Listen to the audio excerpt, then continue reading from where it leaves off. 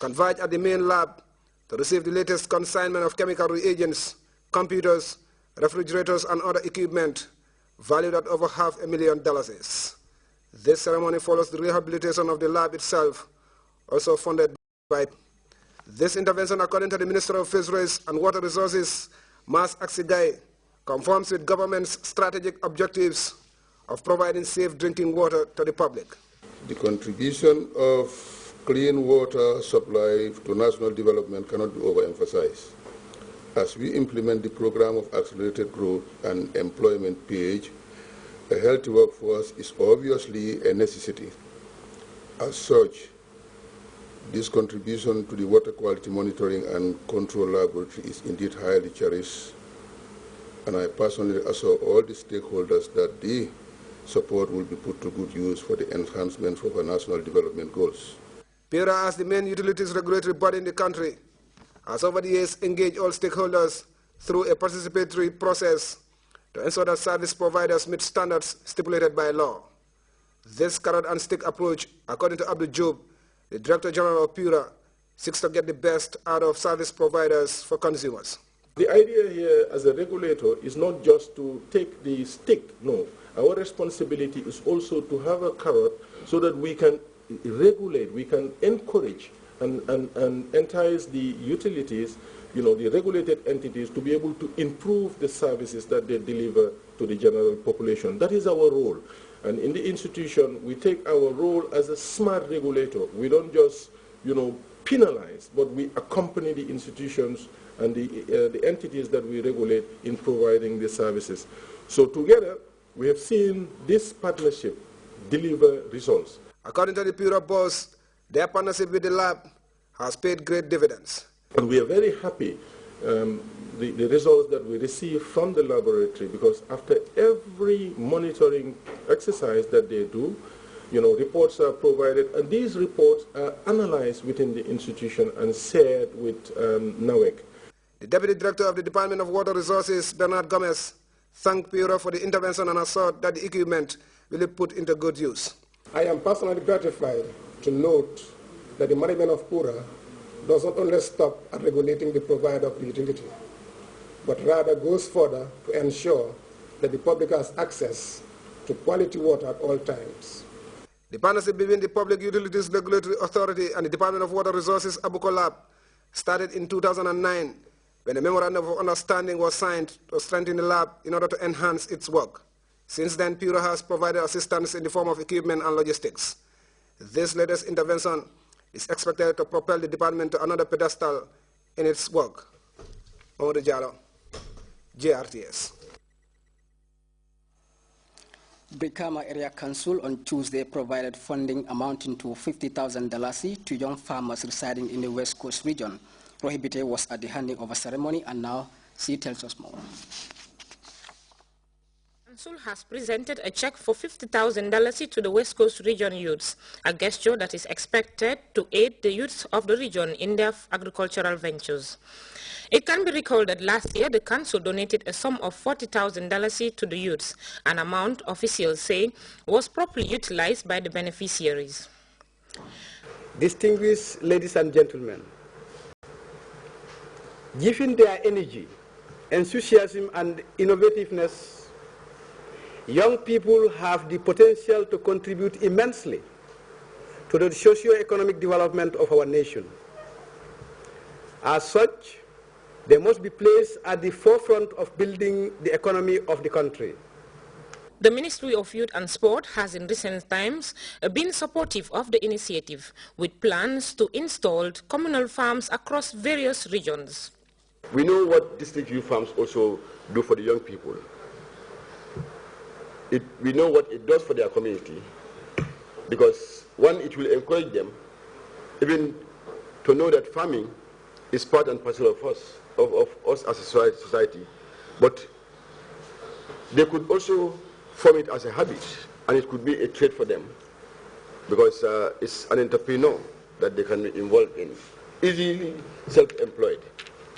The governor of the West Coast region, Alhaji Lamin Sane, urged young people to utilize the money effectively, while calling on people to combine efforts to actualize the ideals of the initiative. The need for all of us to come together as one people, as one body in the interest of development. The President said he's going to give funds, not only for farming, but to venture in the sea. And obviously, let's not be more rhetoric, means talking more than actions. Let's be action-oriented. Let's talk little and do more. Farming, practically, is more important than theory. The West Coast Region Youth's Chairman, Dembo Kambi, disclosed that they are currently running 8 farms with plans to expand the operations of the farms, which he said will include sesame cultivation. All the young people of this region to join me in thanking Brikama Area Council for this wonderful gesture. And I promise you, the funds that you have given us will go a long way in developing the young people of this region and in changing the mindset of young people of this region. With this support, expectation will increase as to how far these youths will go in their drive to improve on their last year's yield. Rohibite, Grts. A 3-day forum on the exemption to the ECOWAS Convention on Small Arms and Light Weapons is underway. The forum, expected to help curb the proliferation of small arms and light weapons in the sub-regional economic bloc, is organized by the Ministries of the Interior and Defense. Ubinjai reports. Signifies a positive stance in dealing with small arms and light weapons, as we call it, SALWS, as a major concern for peace and stability in our region. The ECOWAS Small Arms and Light Weapons Unit is charged with the task of monitoring and controlling the movement of arms and weapons through the Small Arms and Light Weapons Convention, laying the rules and regulations besides setting up the criteria for exemption procedures. All ECOWAS states are expected to comply with this. This workshop focuses on the Small Arms and Light Weapons Convention and its implementation process, as well as attempts that have been made in promoting information sharing and cooperation among member states.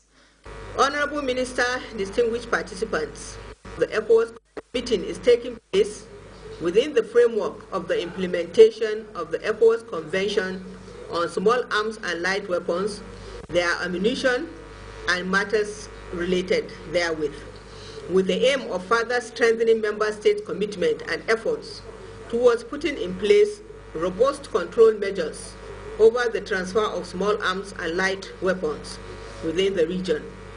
This forum is also providing the ECOWAS Commission and member states a platform to exchange information and critically review management of the exemption procedure in order to ensure more effectiveness and efficiency in our regional small arms and light weapons control system.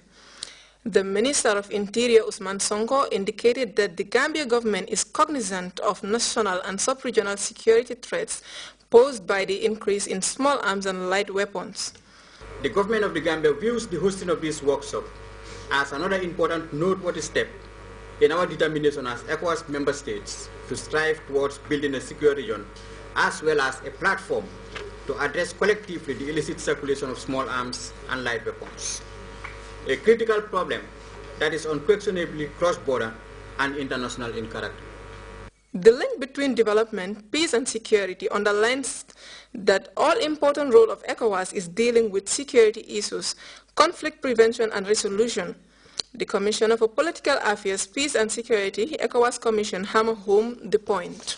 There's a very strong link between peace and security and development, and that is why ECOWAS is currently emphasizing on ensuring peace and security in our sub-region, because without peace and security, all our integration and development programs and processes cannot work.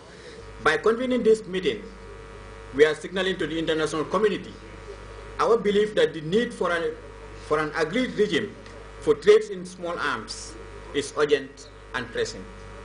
This 3-day forum will serve as an opportunity for focal persons to share their experiences and establish formal and informal agreements and networks in order to facilitate small arms movements in the ECOWAS sub-region. Umijai, Grts. From Ubinjai there, we take a first break. We'll be back with news from beyond our